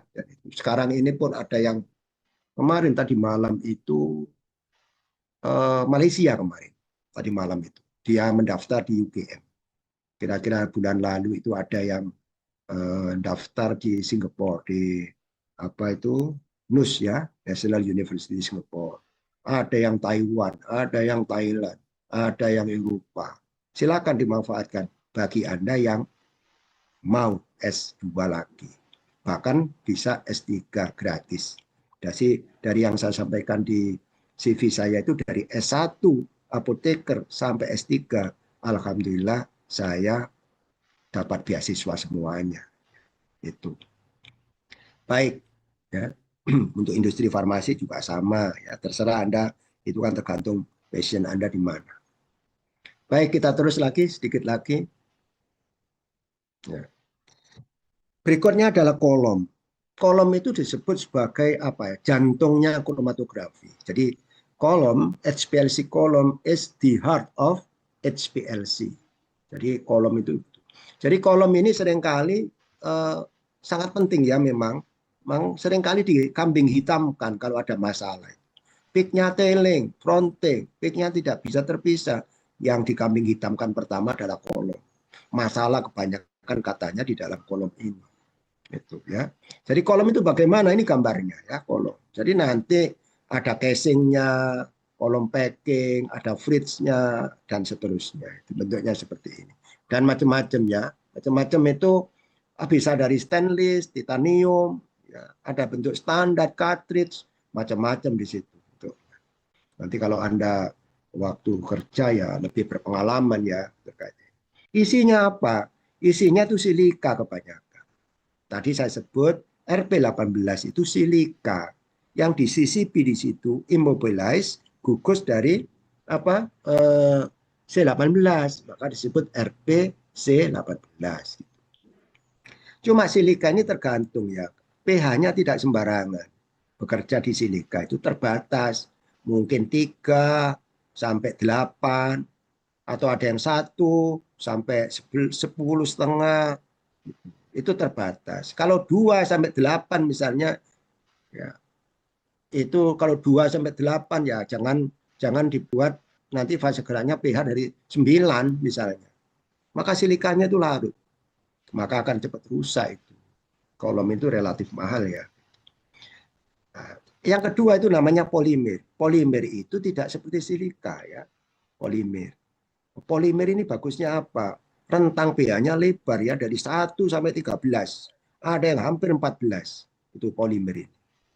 Ya, tapi polimer itu termasuk baru ya, tidak seperti silika. Silika itu sudah puluhan tahun digunakan dalam kolom. Oleh karena itu sekarang ada hibridanya, campuran ya antara silika dan dihibrid dengan polimer. Ini yang sekarang banyak dipakai untuk UHPLC tadi, Ya ini tadi sudah ya. Bagaimana kalau ada dimensi kolom seperti ini? Ada HPLC kolom 250 kali 3. Yang 250 ini panjangnya, berarti 25 cm. 3 mm ini adalah internal diameternya. Kalau HPLC biasanya 3, 4, ya 4,6 gitu. Tapi kalau 2,1 ya masih ini ya. Tapi kalau kurang dari 2, 1,7, 1,8 itu sudah mengarah ke instrumen yang UHPLC tadi. Ya. Baik, apalagi ya, 5 ini berarti ukuran partikel. Ingat, makin kecil ukuran partikel, N-nya makin tinggi. Ini yang 5. Umumnya HPLC biasa itu 5. Tapi kalau kepingin kolomnya agak pendek, maka jadikan 3 ukuran partikelnya. Tuh. Ya, kalau kolom diperpendek itu kan supaya cepat kan. Tapi jangan 5, jadikan 3, sekitar 2 di situ. Apalagi RP18 reverse phase ya 18 ya. Jadi C18. Lichrose 100 ini pore size, ukuran pori-pori, dan Licrosphere itu mereknya ya. Mereknya Licrosphere. Sphere itu singkatan dari spherical. Spherical itu bentuknya itu bulat-bulat silikanya. Kemudian flow itu berarti aliran. Jadi kalau saya punya kolom terus ada panahnya, dari kiri ke kanan, maka panah itu menunjukkan aliran fase geraknya. Ya, aliran fase geraknya seperti itu. Jangan dibalik. Ya. Karena itu tergantung cara produksinya kemarin. Yang perlu diingat 1L1 ya, C18. Ya, itu disebut ODS, oktadesil-silan. Sama aja ya, ODS sama L1 atau C18 tadi. Ini ya, yang lain-lain ada kalau amin itu L8. Ya, kalau Anda lupa wajar, enggak apa-apa karena jumlahnya sangat banyak. Mereknya kolom itu bisa ratusan ya. Maka agak rumit terkait dengan kolomnya HPLC ini. Ini tadi sudah, saya ingin cuma menunjukkan ini ya. Kalau HPLC, tadi kan sampai 3. Sekarang bagaimana kalau 1,9? Coba perhatikan ini. Gambarnya di datar. Datar itu artinya apa? Nilai HETP atau H minimum terus. Walaupun kecepatannya dibuat tinggi. Ya, ini ciri-ciri dari UHPLC atau UPLC tadi. Jadi supaya cepat, tekanannya harus tinggi. Tekanan tinggi, tapi N-nya tetap bagus karena dia datar. Lain kalau kita pakai 10 mikron, kalau kita percepat, N-nya ini hanya kan langsung naik ya ke sini. Hanya naik. Nah kalau hanya naik di sini, berarti N-nya kan turun. N itu berarti kan untuk efisiensi. Cepat tapi dempet gitu. Pitnya tadi. Oke, itu gambarnya. Ini saya tunjukkan tadi, ini yang spherical tadi. Ada yang irregular. Bentuk dari partikel dari silikanya model gini nggak beraturan. Harganya lebih murah daripada spherical. Jadi nanti kalau Anda memilih L1, ya, L1 RP18 itu macamnya sangat banyak. Tolong dilihat brosurnya. Harganya berbeda-beda ya, tergantung kualitasnya tadi. Nah, ini aja langsung. Jadi ada yang perpaduan tadi ya, fully superficially porous particle silica. Jadi yang di sini dibuat, yang bagian luar itu berpori. Apa yang terjadi? Maka tekanannya itu nanti nggak terlalu tinggi karena ini berpori. Karena problem kolom itu kalau itu kolom yang kita gunakan itu fully porous particle atau yang kolom-kolom tertentu itu tekanannya itu tinggi. Bagaimana? Bagus tapi tekanannya lebih rendah. Karena waktu HPLC biasa itu kita setting paling nggak 400 ya. Paling ya 275 kira-kira atmosfer yang kita cek di situ. Kita pakai. Ada namanya core cell itu model begini. Di luar itu ada lapisan yang berpori ini, porous silica. Maka yang terjadi apa? Tekanannya lebih rendah, hasilnya lebih baik. Ini nanti saya terangkan lagi terkait dengan residu silanol. Intinya ada kolom C18E, ada yang tidak. Jadi kalau puncak Anda itu peaknya tailing, maka bisa pakai yang N-CAP. N-CAP namanya ya. Nanti ada pertemuan pengembangan metode, nanti saya jelaskan lagi apa ini ya. Termasuk ini juga ya. Itu nanti ada yang namanya N-CAP. Polar embedded, ada yang modifikasi base deactivated silica, macam-macam ya. Itu untuk sementara saya jelaskan macamnya aja Anda tahu. Tapi bagaimana kita nanti memilih apa permasalahannya dengan kolom-kolom ini nanti kuliah berikutnya. Ini yang kolom hilik ya, dia punya plus dan minus ini. muatan ini. Jadi untuk kolom-kolom, zat-zat yang polar, maka ini cocok ini gunakan. Ya, ini kolom monolitik yang dalamnya itu berpori, ada seperti ini ya. Jadi kalau ini masuk ini ternyata tekanannya rendah. Biasanya kita gunakan metanol air 90 bar atau 90 atmosfer tadi, maka di sini cuma 30 saja. Jadi waktu analisisnya juga bisa cepat ya. Cuma agak boros masih aneh. Ada lagi namanya high ultra pure silica ini. Itu juga ini lebih mahal lagi ya. Jadi kalau Anda bekerja dengan zat-zat yang banyak mengandung unsur atau atom yang ada elektron bebas, ya pasangan elektron bebas, hati-hati itu terhadap kemurnian silika yang kita gunakan. Jadi kalau silikanya biasa, yang tidak murni, hasil peaknya kayak gini. Tapi kalau silikanya murni, nah peaknya jadi seperti ini. Anda lihat di brosurnya itu, apakah dia ultra pure silika, murni, atau high pure silika. Ya, sekali lagi harganya termasuk mahal. Kira-kira ya satu ngangkat ini ya, satu ngangkat kolom ini ya kira-kira Scoopy satu lah ya. Honda Scoopy satu itu ya sekitar itu harganya. Baik, ini juga sama. Ya, jadi bagus kalau dia punya elektron bebas harus pakai high pure silika. Oke, ini yang hybrid, yang untuk ultra high atau UPLC tadi. Ini saya lompati saja yang ini gangguannya. Nanti saya jelaskan di pengembangan metode ya. Nah, terakhir detektor. Ada pertanyaan sampai di sini? Terlalu cepat? Ya, karena nanti kuliah saya ini sekarang masih HPLC umum ya. Umum, instrumentasinya. Minggu depan insya Allah LCMS. Tapi setelah itu bagaimana Anda kerja di industri? Anda kerja di industri, Anda sebagai supervisor kebanyakannya. Artinya di industri itu, kalau Anda kerja di QC, Anda punya anak buah. Namanya analis lulusan SMK itu. Dia yang nyuntikkan di APLC itu. Mereka, ya, sebagian besar mereka yang nimbang, yang apa itu mereka di situ. Anda yang melihat hasilnya. Tapi kalau melihat hasilnya kan misalnya datang analis ke Anda, Mas atau Mbak, ini kok peak-nya kok jadi tailing. Peak-nya kok dempet. Gimana caranya, apa yang harus saya kerjakan? Itu tugas apoteker.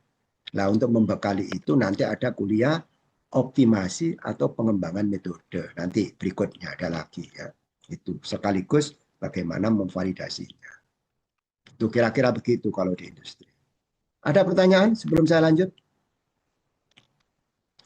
Baik, kita sudah berbicara yang untuk ini tadi kita sudah membahas yang sebelumnya pompa sudah, injektor sudah, kolom sudah, tinggal detektor. Detektor itu kalau bisa sifatnya universal, kalau bisa. Universal itu artinya apa? Bisa mendeteksi semua zat kimia. Semua zat kimia bisa dideteksi. Itu namanya universal. Apalagi ada yang sensitif. Sifatnya kalau bagus sensitif. Sensitivitasnya tinggi. Dia bisa mendeteksi pada konsentrasi rendah. Jadi konsentrasi kecil sampai ppm misalnya. Apalagi di bawah ppm. Ya, itu masih bisa. Itu berarti sensitivitasnya lebih bagus. Selektif itu bisa memisahkan satu sama lain. Ada zat A, zat B. Ya, kita suntikkan. Dia terpisah. Resolusinya lebih besar dari 1,5 misalnya begitu. Itu yang selektif. Rentang dinamik linear, artinya kalau kita kerja pada konsentrasi rendah, juga konsentrasi tinggi, itu kalau kita pakai kurva kalibrasi linearitas, dia linear. R-nya masih bagus, 0,998 atau 0,999 gitu. Itu rentang dinamik linear. Tapi ada juga detektor yang rentang dinamik linearnya tidak terlalu lebar ya. Maka kita tidak bisa membuat rentang bawah sama atas terlalu lebar. Itu cirinya detektor beda-beda. Dan ini yang paling bagus, spesifik. Spesifik. Spesifik itu berarti dia mengenali zat yang tidak tertukar atau tidak terpengaruh yang lain. Jadi kalau saya ingin tahu dia memang ya menggunakan seseorang ya menggunakan narkoba atau apa yang ini bisa kita deteksi secara spesifik. Ya, itu seperti itu ya kalau kita analisis zat-zat. Nah, cuma detektor ini jumlahnya banyak ya. Di antara detektor yang paling banyak ini dipakai itu adalah UV. Jadi kalau nanti Anda kerja di QC, itu kebanyakan UV yang dipakai. UV vis ya. UV berarti sama dengan spektrofotometri UV. Ya, syaratnya apa? Harus punya gugus kromofor. Nah, nanti PDE ada ya. Kita sediakan PDE biasanya di analytical development, di bagian R&D untuk pengembangan metode. Apa bedanya UV dengan PDE? PDE ini bisa menampilkan spektra UV. Kalau UV vis hanya menampilkan kromatogram saja. Jadi kalau PDA bisa menampilkan waktu rotansi itu seperti pada UV, tapi bisa kita cantumkan di situ, kita bisa keluarkan apa yang disebut dengan UV spektrumnya. Nah, ini kalau yang selain ini mengandung gugus kromofor, ada yang lain ya. Jadi kalau UV vis PDE ini untuk zat yang mengandung gugus kromofor. Apa itu? Minimal ada ini, kata tangkap terkonjugasi. Jadi kalau senyawa Anda punya inti bensin begini, gugus fenil misalnya, maka itu dipastikan bisa menggunakan detektor UV. Atau punya ikatan tangkap berselang-seling gini, terkonjugasi ya. Ini UV vis. Bagaimana kalau zat kita tidak punya gugus ini? Maka kita gunakan namanya refractive index, indeks bias. Ya, atau evaporative light scattering detector. Ini yang tidak perlu punya gugus kromofor.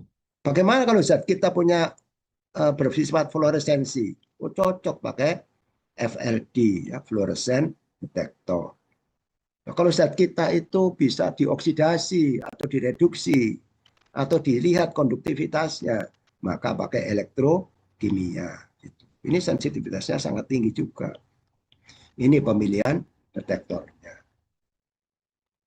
Ini kalau Anda lihat bagaimana selektivitas, spesifisitas, jumlah apa itu sifatnya respon yang universal itu. MS itu universal. Semua bisa. Ion, ogam, molekul organik bisa. Ya. Nah, tapi kalau yang lain-lain kayak refractive index sebetulnya nearly universal. Ya. Hampir universal. Ada sebagian zat yang tidak bisa ya pakai refractive index. Nah, nanti ini saya jelaskan waktu validasi lagi ya tentang PDE. Jadi PDE tadi bisa menampilkan spektra, malah bisa melihat kemurnian puncak. Puncak itu dempet apa enggak, itu bisa dianalisa dengan PDE ini. Oke, nah ini contohnya ya. Bagaimana kalau saya punya sukralfat? Sukralfat ya, Farmakope Indonesia. Saya sampaikan dalam UAS, saya comotkan satu metode sukralfat. Pertanyaan saya, ya ini nggak ada ini gitu. Pertanyaan saya, apakah analit ini ya memiliki gugus kromofor? Ya, atau saya tuliskan senyawa-senyawa di bawah ini yang sesuai ya. Ini kan menggunakan ini ya, refractive index ya. Refractive index ini. Ini senyawa-senyawa yang tidak memiliki gugus kromofor tadi, contohnya sukralfat. Jadi kalau saya cantumkan seperti ini, saya kasih pertanyaan, manakah di bawah ini yang benar? Satu, ya, panjang kolom yang digunakan 3,9 mm.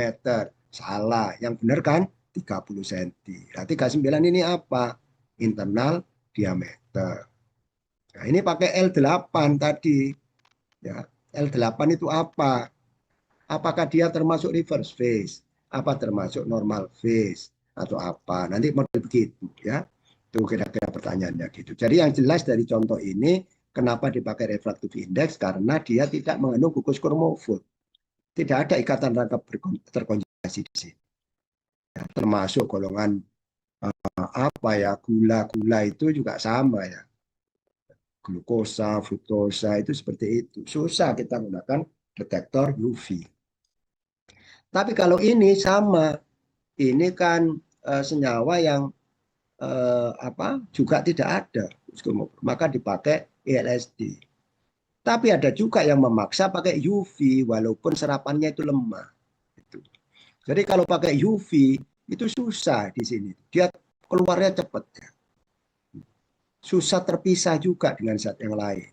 Tapi kalau pakai refractive index atau LSD lebih tertolong seperti padahal zatnya ada 3 ini. Kalau kita pakai UV numpuk jadi 1 ini. Itu mengapa kok perlu dipakai berbagai macam streptomycin. Ini sekarang pakai elektrokimia ya. Jadi ini pakai pulse amperometric detector. Ini model-model baru beberapa tahun terakhir ini. Ya, di situ menggunakan elektrode yang menggunakan emas, gold working electrode. Sampai begitu ya. Dan syukur sudah. Nah, sekarang terakhir untuk apa HPLC kalau di dalam Farmakope Indonesia atau USP? Satu untuk identifikasi, untuk penetapan kadar, untuk keseragaman kandungan, untuk uji disolusi, untuk uji cemaran, banyak dipakai uji stabilitas, mungkin juga untuk uji bioavailability, bioekivalen. Ini banyak digunakan di situ. Dia menggunakan HPLC semuanya.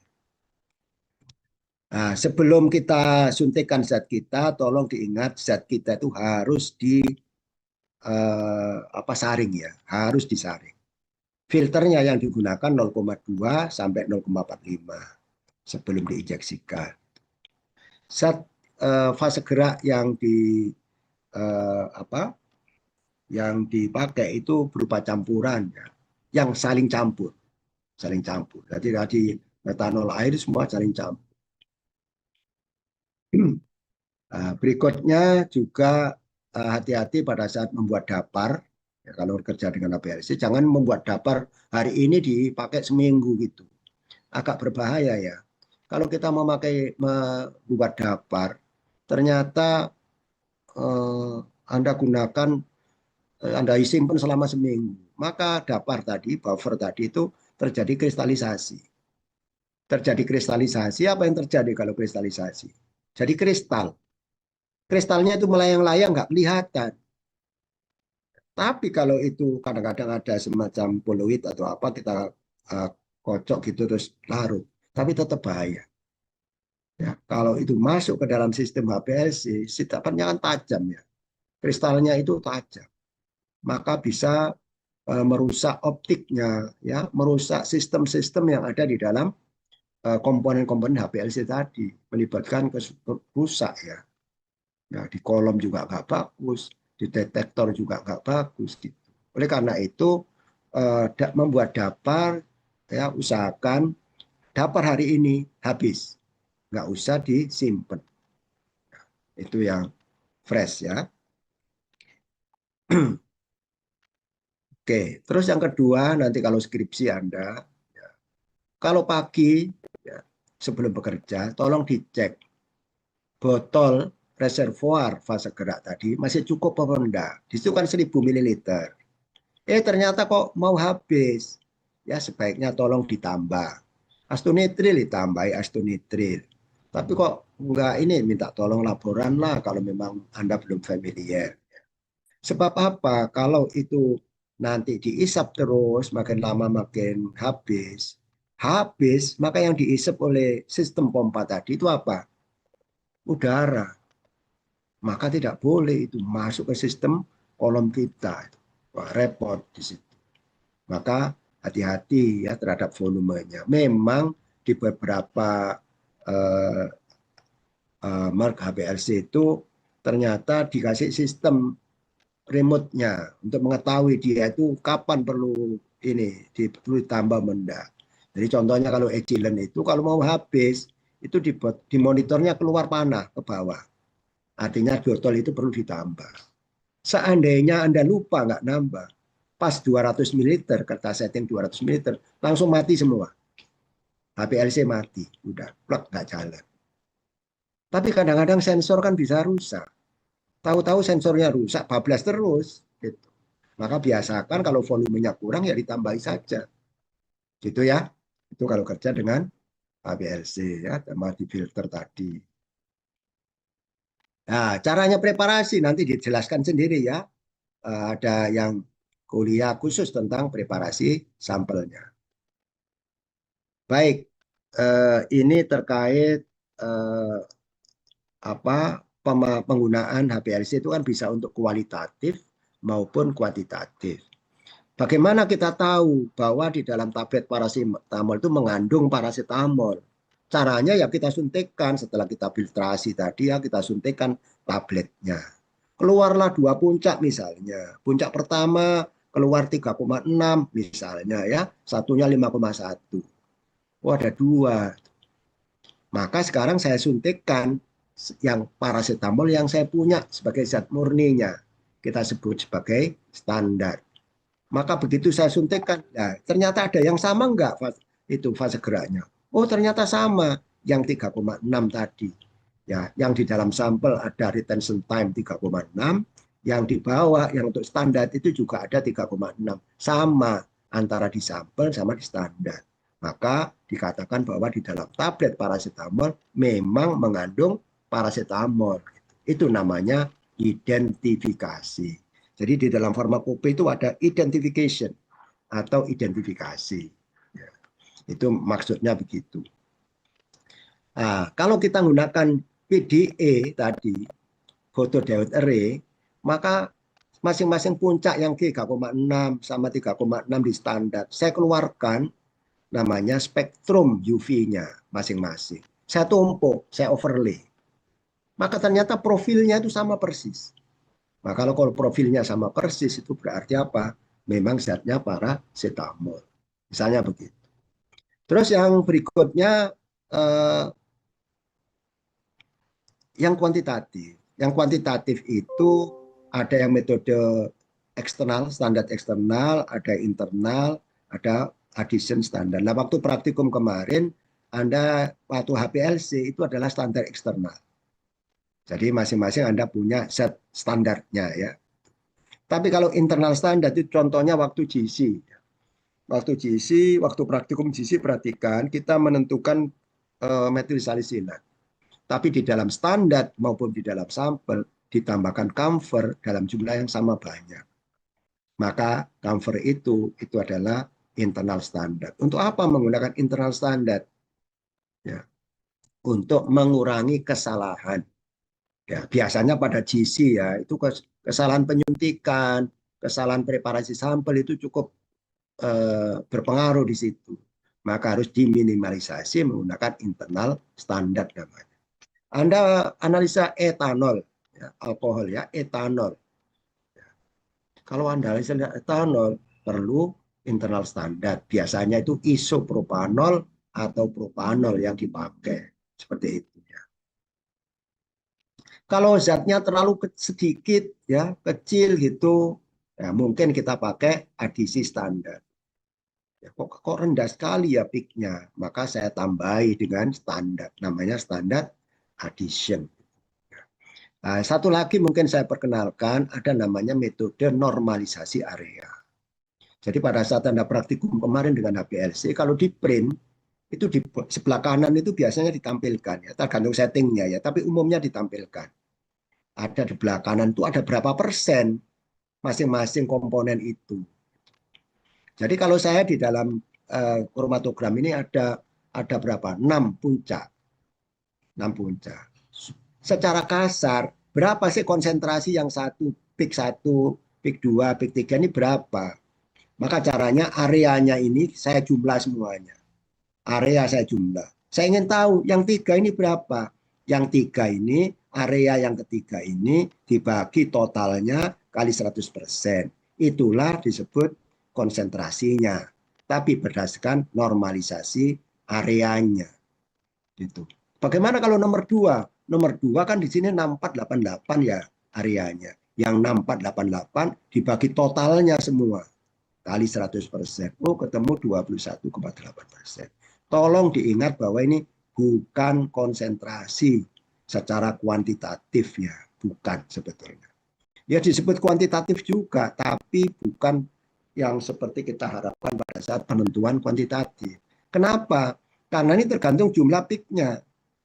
Ya, kalau ini kondisi saya rubah, keluar 7, lain lagi. Ya, keluar 4, besar-besar jadinya. Jadi tergantung pada kondisi. Gitu. Tapi secara kasar itu seperti ini. Ya. Yang kita gunakan apa? Yang pakai external standard sama internal standard itu tadi di penentuan kuantitatif. Ya, seperti ini ya. Kalau external standard ini area dari analit kita versus konsentrasi, seret gini. Tapi kalau pakai internal standard yang ada di sini, itu adalah dibagi dengan internal standard. Oke, jadi ini terakhir terkait dengan aplikasi, saya cuplik dulu aja di farmakope atau USB untuk industri farmasi ya. Jadi kebanyakan kita memang aplikasi APLC yang saya banyak ceritakan untuk di industri ya. Tapi jangan lupa bahwa HPLC itu bisa digunakan untuk pangan ya. Untuk bahan tambahan makanan, minuman apa, lingkungan juga bisa, forensik juga bisa, semua bisa. Prinsipnya sama, tinggal sampelnya berbeda, preparasi sampelnya yang berbeda. Sekarang saya cuplik dari industri farmasi. Ya, ternyata di sini ada model seperti ini ya. Nanti bagaimana cara menghitungnya di sana semua sudah ada. Bagaimana ini terkait dengan ilusinya. Jadi kalau misalnya di dalam sana ada tabel begini, ini namanya ilusi gradien tadi. Kalau nggak ada tabel-tabel begini biasanya isokratik. Tapi di dalam tabel ini ada isokratiknya, ada gradiennya. Coba perhatikan ini. 0 sampai 4. Pada saat 0 menit itu solution A 90, solution B 10 misalnya. Solution A ini ada, kalau solutionnya B. Ya B dalam air, ya, tapi pakai dapar. Jadi B-nya di situ adalah metanol ini. Kemudian yang sampai 4 kok sama di sini. Jadi pada saat 0 sampai 4 menit, komposisi fase geraknya itu sama. Apa artinya? Dari 0 sampai 4 menit ini isokratik. Sekarang coba dari 0 sampai 4,1. Berubah dia drastis. Dari 90 diturunkan, yang ini dinaikkan. Itu. Disinilah yang termasuk adalah gradien itu. Tapi sebetulnya gradien yang utama itu ada di sini. 41 dari 41 ke 46 ternyata sama lagi. Ya, berarti di sini adalah juga antara 4,1 sampai 6 ini juga isokratik ini, sama ini. Cuma dari 4,0 sampai 4,1 ini yang dia turunkan drastis. Setelah ini bagaimana? Ini masih kurang di APLC, di crop program ini. Dia disebut lagi. Setelah ini dikembalikan ke awal, pasti dikembalikan ke awal. Awalnya itu apa? 90 sama 10. Nah, berapa? Ini tidak disebutkan. Jadi namanya re-equilibration berapa. Ya, seperti itu ya. Jadi ini kalau tadi identifikasi kayak gini, USB. USB kayak gini.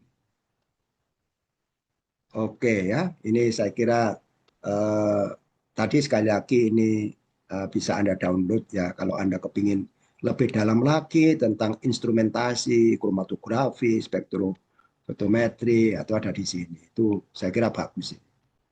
Ya. Saya kira itu untuk kuliah hari ini. Ya, mohon maaf ini agak saya percepat sedikit karena sebetulnya saya jam 9 ini harus nguji ya S3 ya. Tapi menurut saya sudah masuk semua ya, masuk semua dan insya Allah nanti akan saya perdalam lagi, saya ingatkan lagi waktu kuliah saya berikutnya. Ada pertanyaan?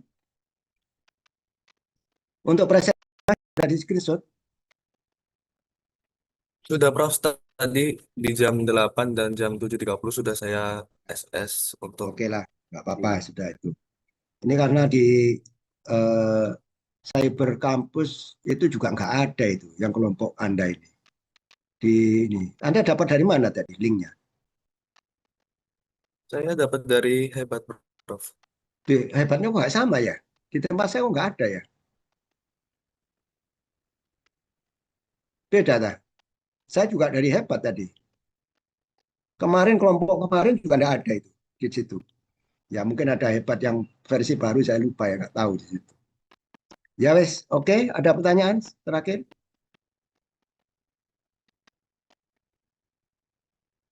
Baik, kita akhiri untuk kuliah hari ini. Terima kasih, sukses untuk Anda semuanya. Ya, terima kasih. Selamat pagi. Assalamualaikum.